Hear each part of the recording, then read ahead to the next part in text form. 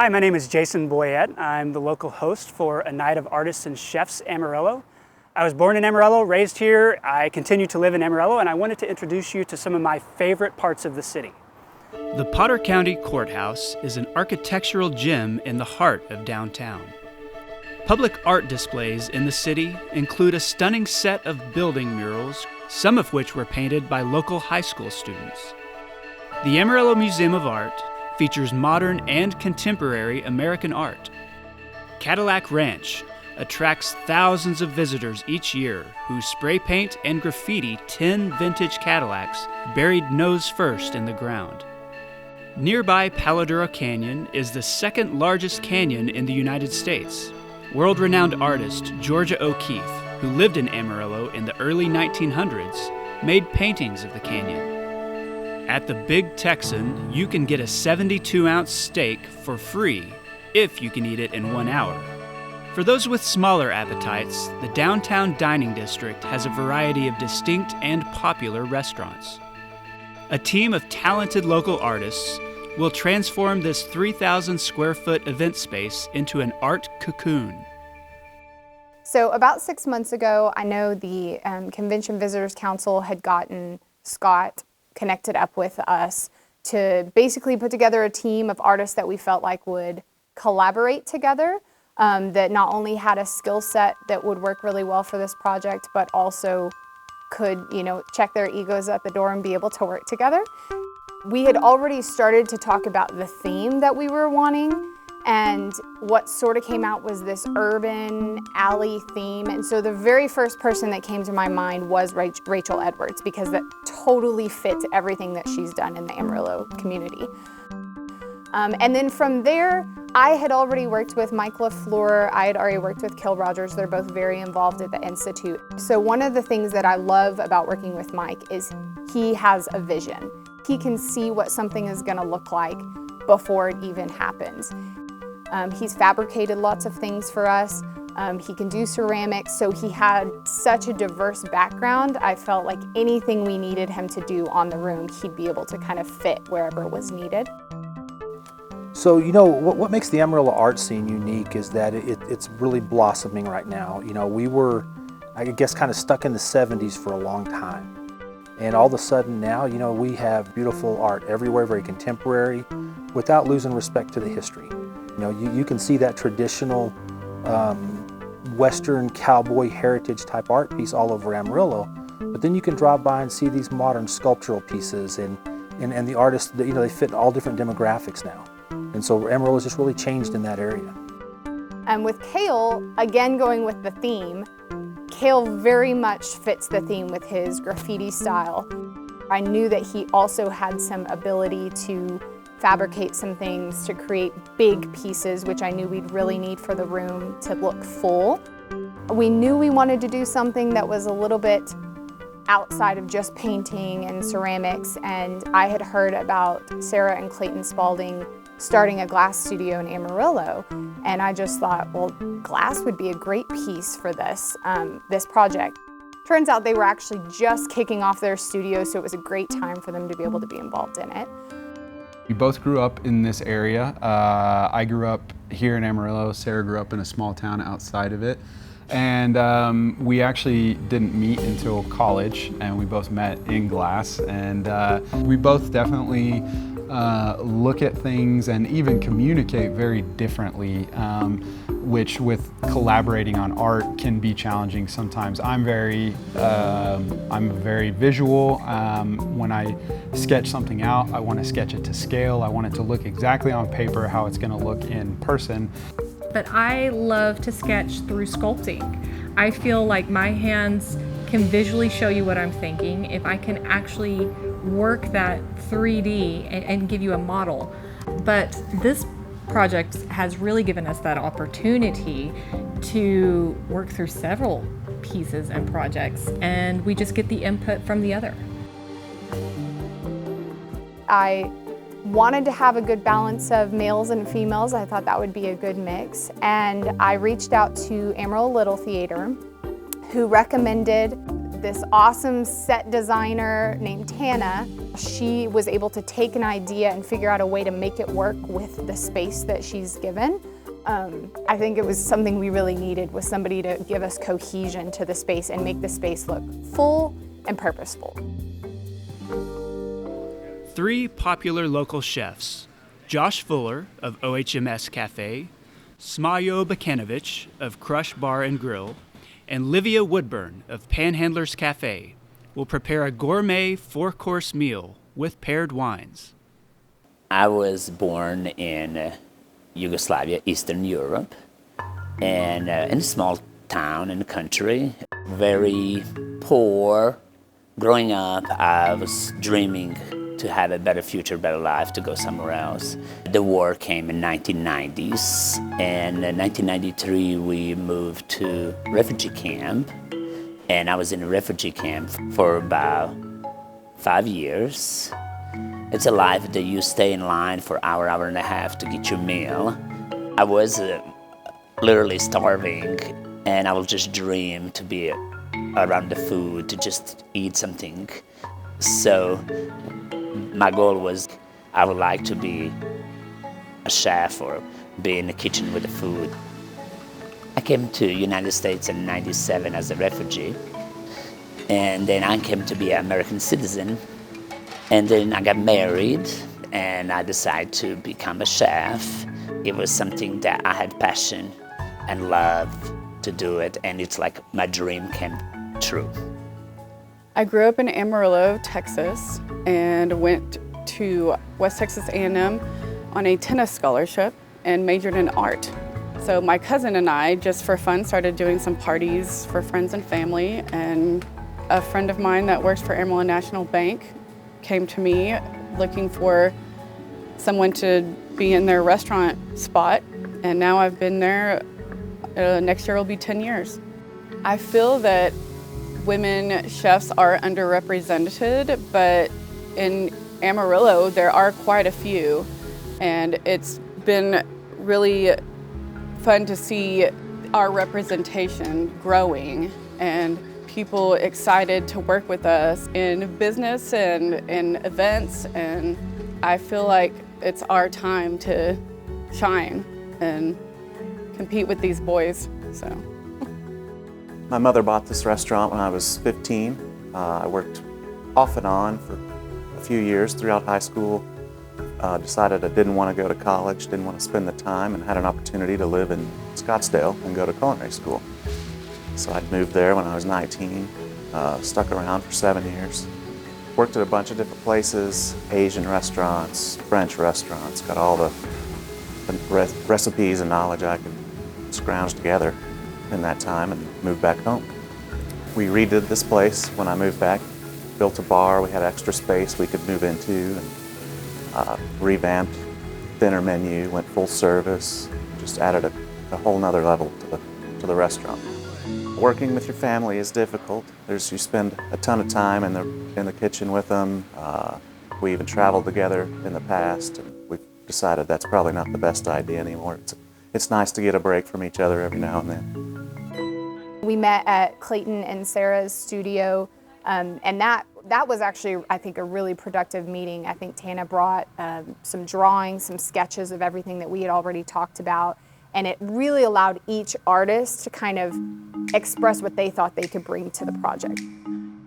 Sometimes you don't know what people's skills are. I mean, we picked them for a particular reason, but having Rachel sit there and say, well, I could bring this, or I remember Kale saying, I could graffiti up some stuff, and I really want to do a big junk sculpture piece. And it kind of let all the artists start to understand how this room would come together and who was going to be doing what aspect of it. And I think that was really helpful. The fabric was something that I love working with fabric, so I went in on my own, because that was also the first thing that needed to be done, because you needed to have an open floor to move a ladder around on. So I started that, and I started clipping the fabric up, but then Rachel Flores was able to come in and help me some, so her and I got the ceiling fabric done, and we had it pooling, so that created kind of a wave pattern. And from those we used different colors. We used dark blues, navies, blacks, dark reds, dark browns, pale blue, and then I had some fabric that had some stars on it that we overlapped that you could see the stars through. But once the ceiling fabric was done, then the rest of it was kind of open to whatever or wherever we could start. So, you know, the building process of the room was pretty unique. We had this beautifully clean room, white walls, hardwood floor, and now our job is to convert it into a back alley. So what we decided to do was kind of go on just a gathering type mission. So things that we need to build, you know, the ladders, the windows, the material for the ceiling, all these items, we're just going to bring them in this room, pile them in here, and just start putting things up. I knew that Amarillo Theater had a lot of items that we could use because they're a theater. We keep things. Chain link fence, doors, windows, different walls, which we called flats, different things that we could use so that we weren't just creating from scratch everything. And so we brought some trucks over here and we pulled 3 or 4 truckloads of stuff, and we were able to use almost everything that we pulled. Well, basically we wanted to put the doors on front of a concrete wall, and so I tried to make graffiti on the side of it that looked like it was old, and several people had tagged it.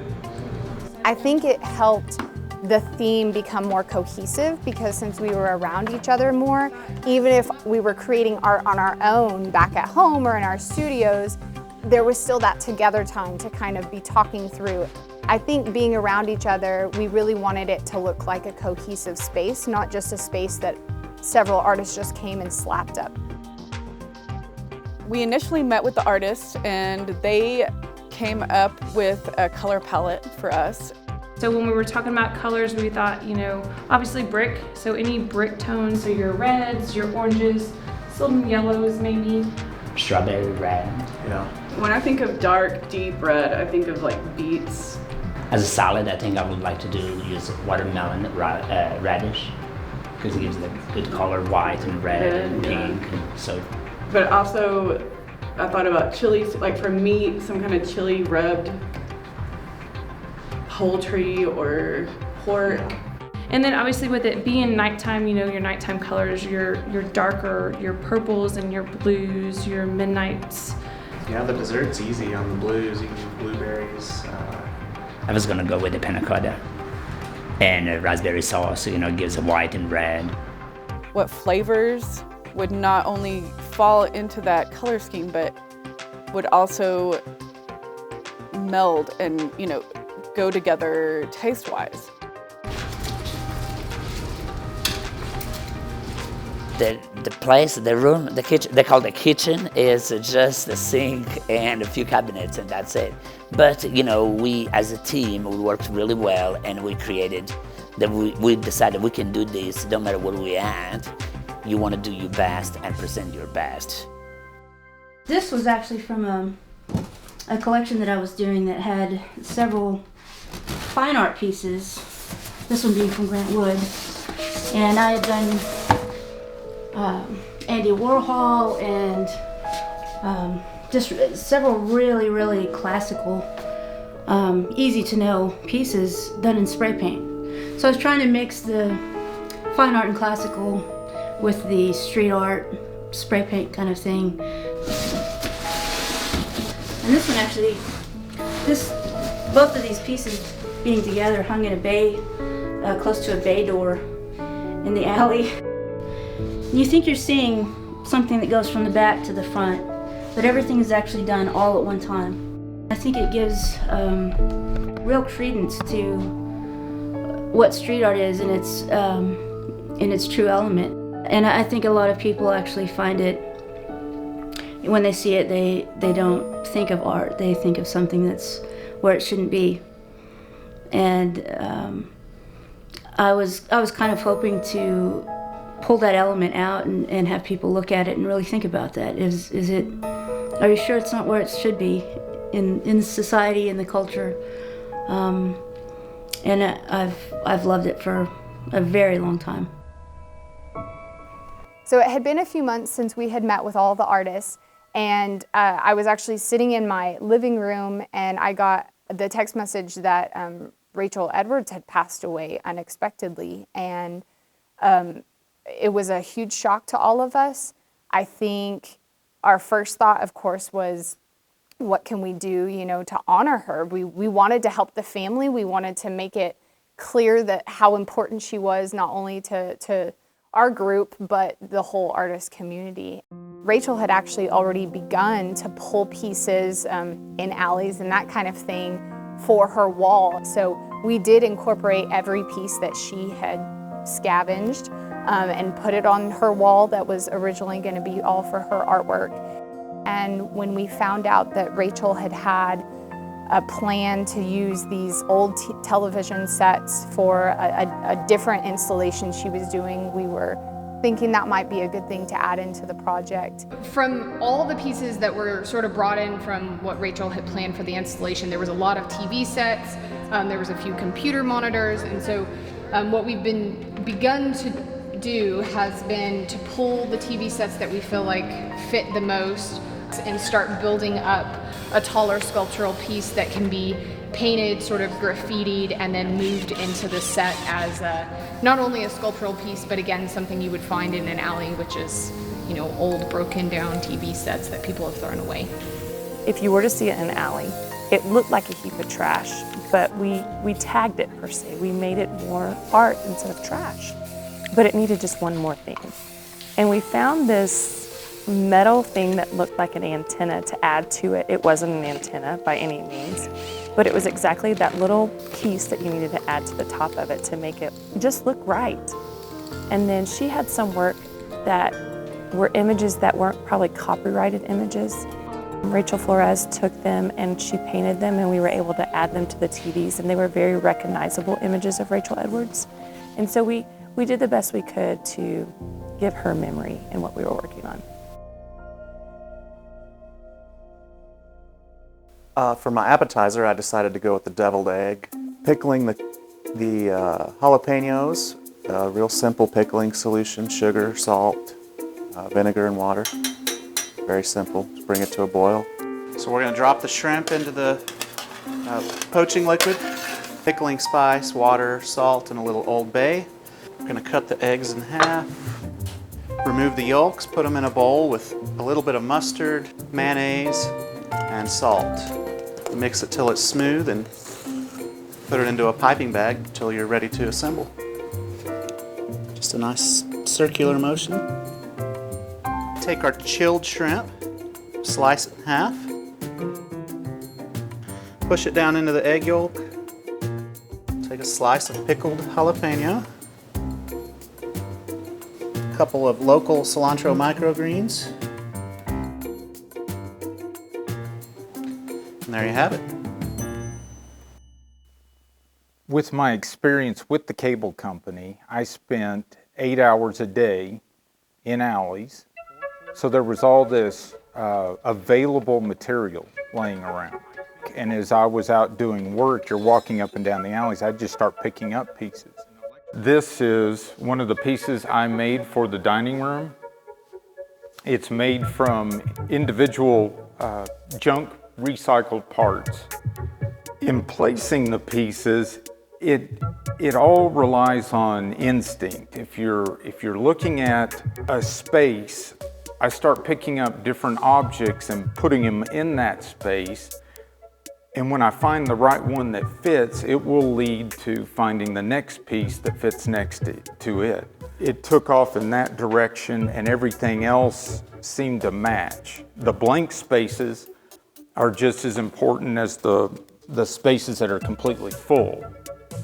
I sent a picture of this to some friends of mine in high school that I used to run around with, and one of them commented, he said, "I was wondering where that wheel went," so he thought I stole it from him. On most of my pieces, I like something hanging off of the edge, and eventually at the end it all starts coming together, but it's always missing the one thing. The pieces still color-wise don't fit each other. So that's where I paint them to make them look like they all were part of one machine and just kind of rusted right in spot. So the sculpture piece that was the end cap of Kale's was big. Mind you, there's metal, and we have to move it from one space and push it out of this one space and into the art exhibit space. So I knew my piece would fit through all the doors. The thing I didn't take into consideration is not all the floors are even. Had it all planned out in his head, other than he didn't measure the door.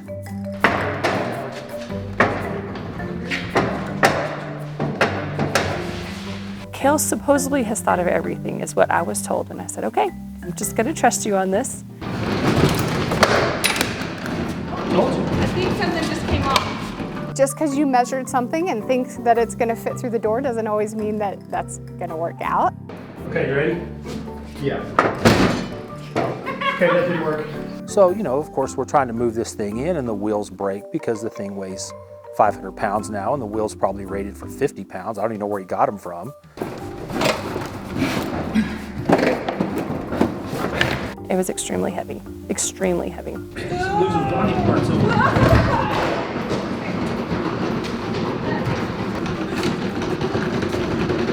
And then when we got into the room, we had these wood floors.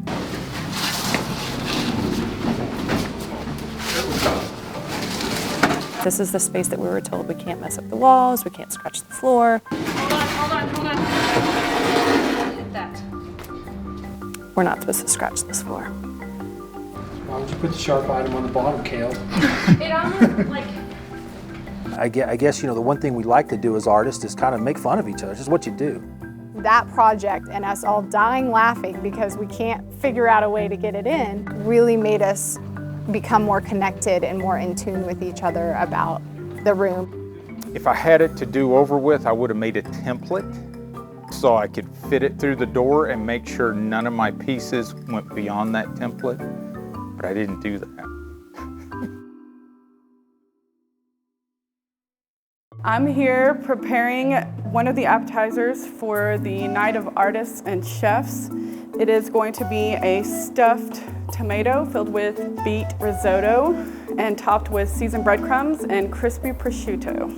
I crisp up my prosciutto in the oven, peel and chop your large chunks of beet mixed with olive oil, rough chopped garlic, rosemary, salt and pepper, and put it in a foil pouch in the oven and let it roast for about 30-40 minutes.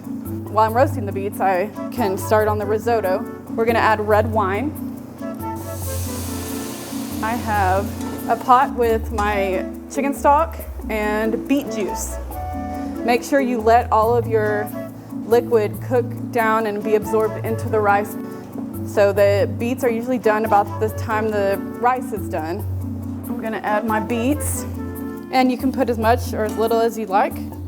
A cup of panko breadcrumbs, fresh parsley, fresh mint, fresh garlic, a cup of fresh shredded Parmesan, and put in your food processor and drizzle in the olive oil.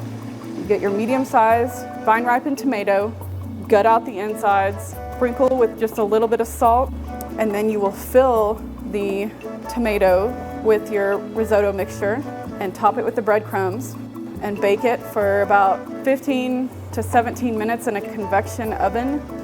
It comes out nice and toasty, and then you put your little shard of prosciutto and it's ready to serve. I remember sitting on the floor in the room, it's completely empty, and just thinking like, how can I bring glass into an alleyway?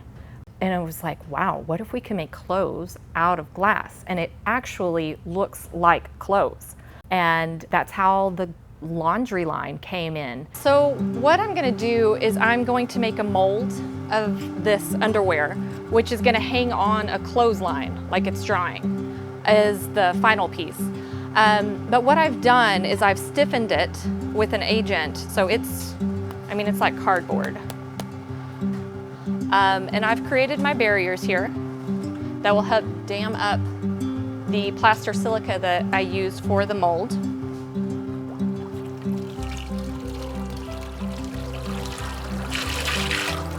So we'll go ahead and press it in, and the mold will dry, and then it'll be ready to go in the kiln once I pull the underwear out.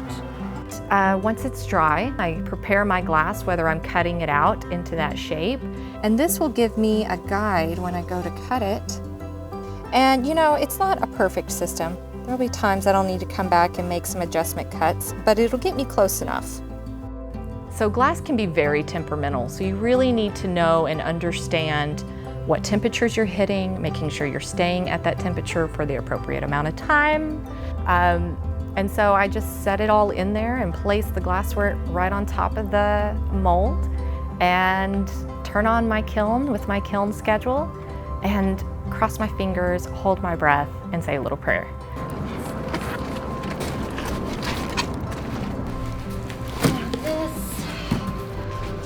Trying to see where there's some light. Yeah, and just all that, the dimensions and the way the light plays with the thickness of the glass. We have this cable, and I don't know if you can see it on camera, that's running from here all the way to over here. And we've got to have the thick cable in order to hold the weight of the glass. I've drilled holes in each piece of clothing that we're just going to hook onto the line, and then I'll put clothespins over that to make it actually appear like it's actually hanging on the line. So hopefully it'll appear like it's coming out of a building to another building.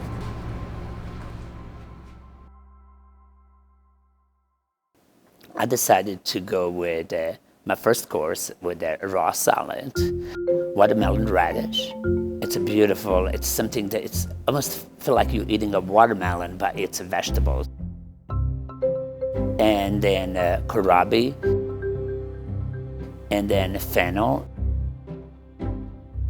green apples, because I wanted some apples, I wanted some little crisp to add to it, so it was kind of perfect. And carrots. As a growing up as a kid on a country, my grandma and my mom used to do all the vegetables and just like raw vegetables shredded and put a little lemon juice and just a little olive oil and salt, pepper, and it's like amazing flavor. So I was like, oh, I can do this. So I was going with something that I was kind of with the colors and that it can be something different to Amarillo to bring some fresh stuff.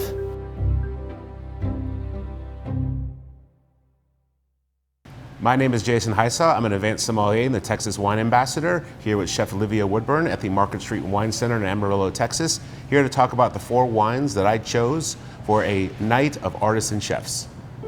The first wine that I chose with the appetizer course is the 2018 Rancho Loma Vineyards Trace Rosé based off the Cinsault grape. Lots of red fruit, cranberry, strawberry, lots of great acidity, refreshing. This would pair perfectly with my beet risotto to kind of cleanse the palate. The next wine that I chose for the fish course is the 2018 vintage of the EVS Windblown. So I thought this was a great pairing with the fish dish just because of the fact that it has a little bit more body, a little more texture, but it does still have that acidity that's going to pair really well with the great citrusy notes that pair well with fish. The wine I chose for the main course is the 2017 vintage of the 1836 Red Blend from Llano Estacado.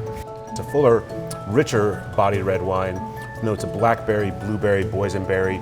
Has seen some oak treatment to it, so notes of cinnamon, clove. I'm definitely picking up on those cinnamon notes that will pair perfectly with my tenderloin. The ancho rub has cinnamon in it. The wine that I chose with the dessert course is the 2019 English Newsome Riesling from the Texas High Plains appellation. It's not overly sweet. It's got notes of stone fruit, peach, apricot, and nectarine. But it's so versatile that it could pair with all of them. And again, not overly sweet. I think at the end of the day, you don't want something that's going to overpower the desserts or be too sweet. And this is just the right amount of residual sugar to do that.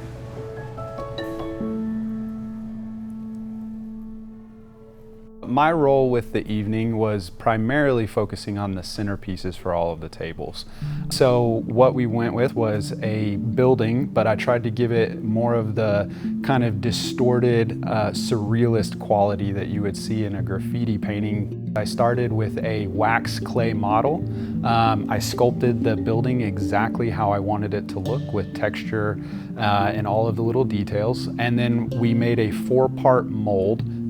So each flat side of the building was a section of the mold. You can kind of see, and it distorts a little bit once it comes out, but that's roughly how it was when it was in there. I may actually go in and paint some graffiti on top of the glass with like some enamels, or I may come in and rub some ink into these cracks here so that it just breaks up this surface a little more, gives it a little more of a dynamic finish. I sandblasted everything and then using a little bit of luster, it's called liquid luster, to bring that shine back up because it allows the light to disperse really evenly through the glass. So these are the bases that I made for the glass sculptures, and then each one's gonna have a light in it, and we'll be able to put these on like so, and then they'll glow. I think anyone that ever works on an event, no matter what the event is, knows that the last few days are hectic.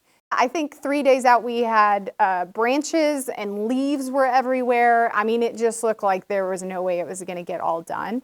But I think each artist knew what had to be accomplished in order for it to get finished. And those last few days, I don't think anybody was really even talking. It was just like one was going here, one was going here, and it all just came together. I think at that point, we sort of had been in it long enough to really know what exactly needed to get done for the room to be finished.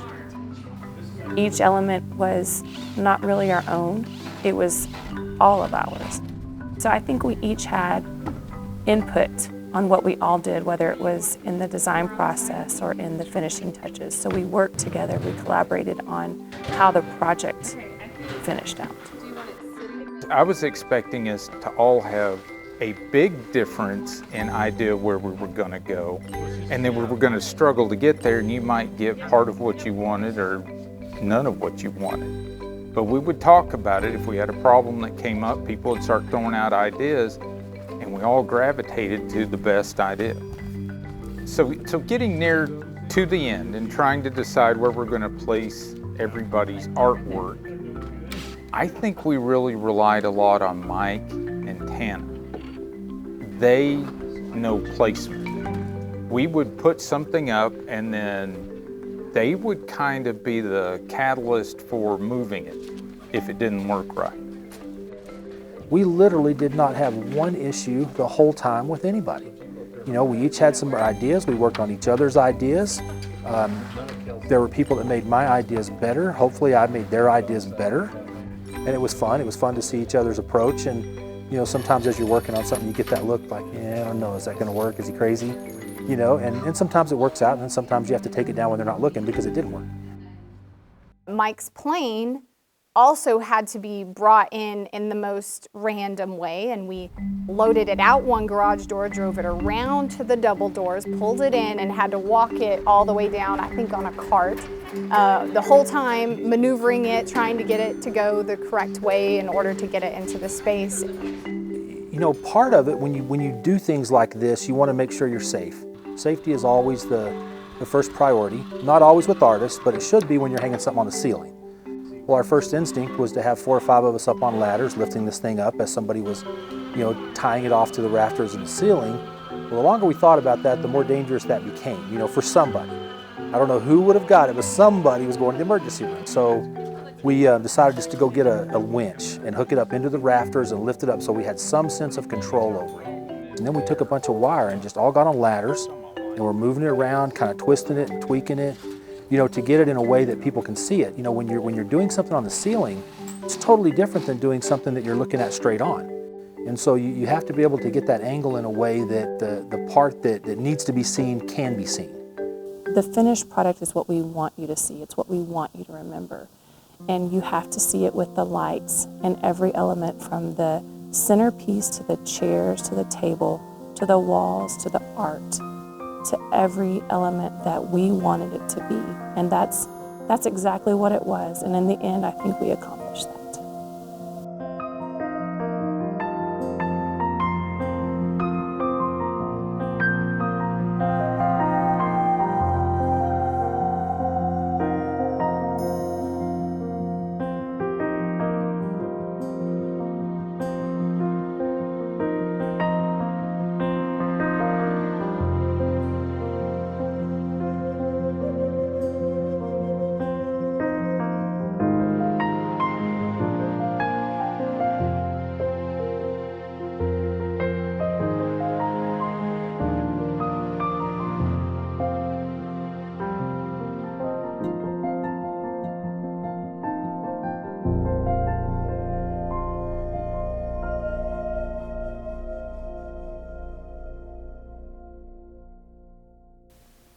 So opening night of A Night of Artists and Chefs was quite an experience. The first thing that everyone saw was this truck. We're walking into this alley to this environment, and so a truck is something that's run down. It's got TV, so it looks like trash that you're gonna see. We had markers out there to sign, so you felt like you were walking into something unique. When we were doing the room was very specific. We had a theme, we wanted it to have a certain look, but a lot of artists, you know, myself included, we were working in an area that we don't normally work. And so we kind of wanted to give patrons that were coming to the event, you know, both experiences, you know, and so we set this gallery up in the front. And everybody did what they would traditionally do or normally do. And so the front part of the gallery didn't look a lot like the room. It had a very unique and very different look. But it was really interesting to see what artists really do on a day-to-day basis, but what they're capable of doing too. I think every artist gets rewarded whenever they see their idea come to fruition. For me, I don't know that I totally envisioned it looking this way, but I know for like Tana and Mike, who are the visual, they have the vision. I think it was really great to be able to see it all come together. The opening night was a wow moment. Before then, we were looking at what we did. And when the black tablecloths came in and we had the nice centerpieces, it made the room come alive. You closed your eyes and opened them the next second, and it was done, and it was beautiful, and it was exactly what we had imagined and what we had talked about in the beginning. So many great talks and discussions about what we do and how we do it, and just being able to give that knowledge to local art enthusiasts is what we live for. Yeah, the energy was high. It was great to just feel the buzz of people finding all of the little surprises that were kind of hidden throughout the room, you know? I mean, some of it you really had to look for. It didn't look like a gallery, it looked like the alleyway and just filled with all of the pieces that everybody made. It was great. We all cooked all of our food in our restaurants and then transported it all over there. Smayo would plate his salad while Josh is decorating his eggs. Put a jalapeno on there to help spice it up a little bit, give it that Southwest flair. We use Texas shrimp to help keep it local microgreens from a small farmer just outside of town. I decided to incorporate some fresh herbs into my breadcrumbs and use that as my green. I knew that I wanted to incorporate beets in some way because they have such a reddish purple color that I knew would look pretty on the plate. The fennel gives you amazing flavor. It's almost like a licorice. You never had that before, so when you put it in your mouth, it's like, oh, this is so different. As far as matching the plates to the room, really it was just more about the colors. Just to add to the room, not to take away from the artist what they've done. When we're plating, it is a lot like a sculpture. We're trying to create height and width, and I was able to achieve a lot of the height with my prosciutto. It was almost kind of like flames coming out on some of them.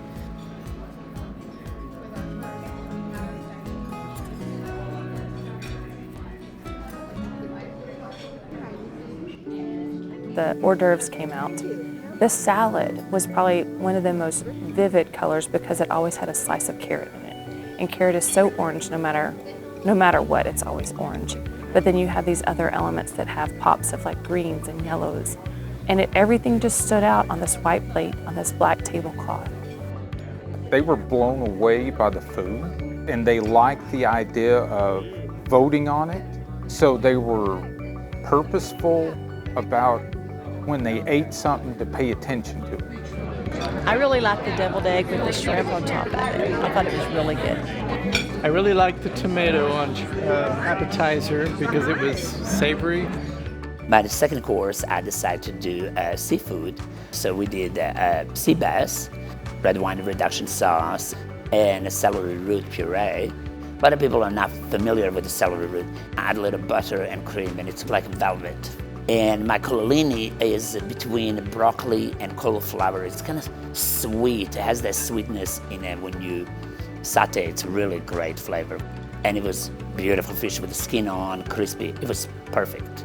I did not know Josh or Olivia before the show, so we met and we had a great time. And working with the good chefs in Amarillo, I thought it was a privilege to be around them.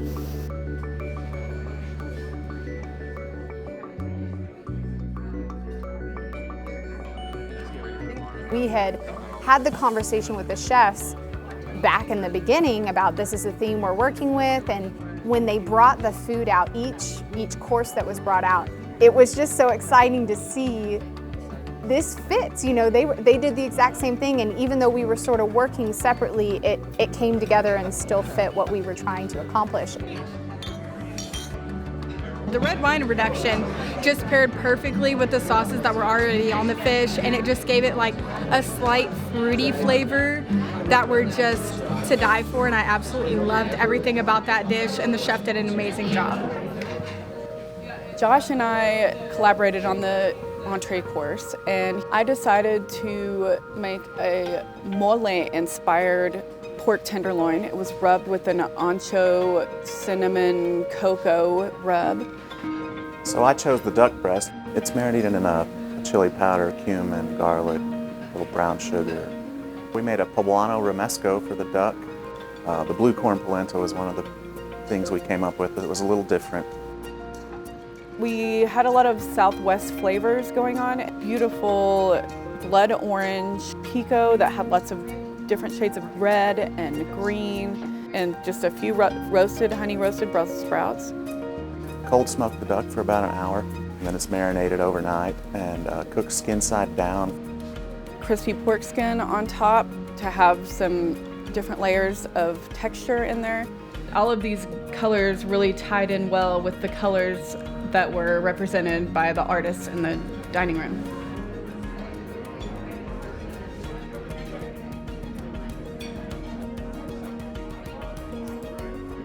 Being able to sit at a table with people that weren't part of the art team, you really got a good feel of what they actually thought. They were blown away by the food.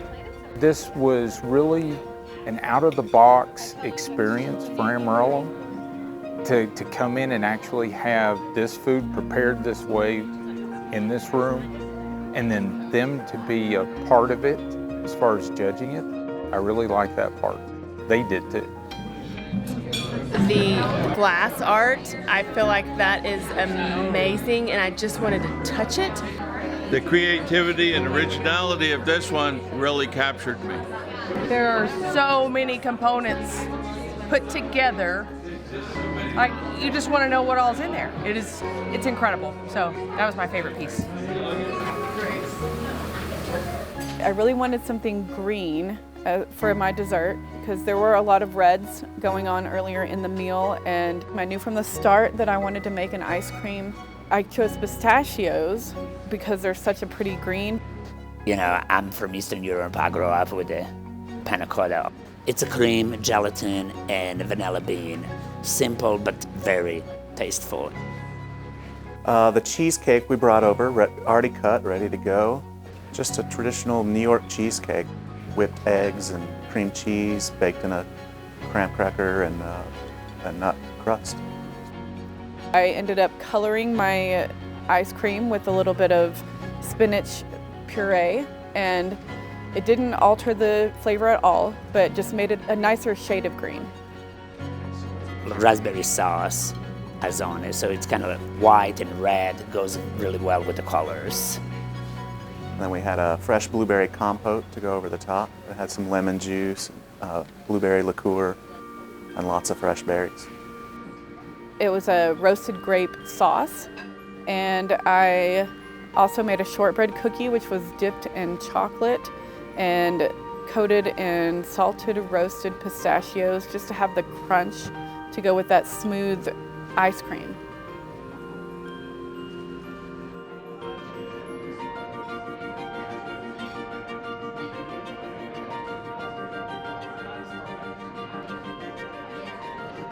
To see everything that opening night was just incredible. It made us, be excited to be serving our beautiful food to all these people that came out and in support of this special evening. And so it was just breathtaking. People who attended were really encouraged by what we had to offer, and they were excited to come to an event like this because it all worked together and created this immersive experience that is unlike any other. People were really appreciative of having something that they could be a part of as well. The feedback from everyone was great. They loved everything, starting with the room itself, and then I had nothing but compliments on the food and the wine. Years ago, that you wouldn't have been able to do something like this in Amarillo. I just don't know if there were enough people to get involved. I think people outside of Amarillo definitely will see in this that there's chefs in Amarillo that are producing good food, and there's lots of choices in Amarillo. If you want to come dine, this is a place you could come and have some great food. I think it was very unique and interesting. Working with the amazing chefs, it was a great experience. When I was visiting with the guests and they seemed like very happy. Couldn't believe this can happen in Amarillo, something like this. I really enjoyed the ability to both walk through the art and experience in a very sensual way, and then have that paired with both food and wine. So it was a complete immersion, and I think that's what was best for me. And it was so fun and so creative and so inventive. I hope this keeps going on all over, not only in Amarillo, but all over the state.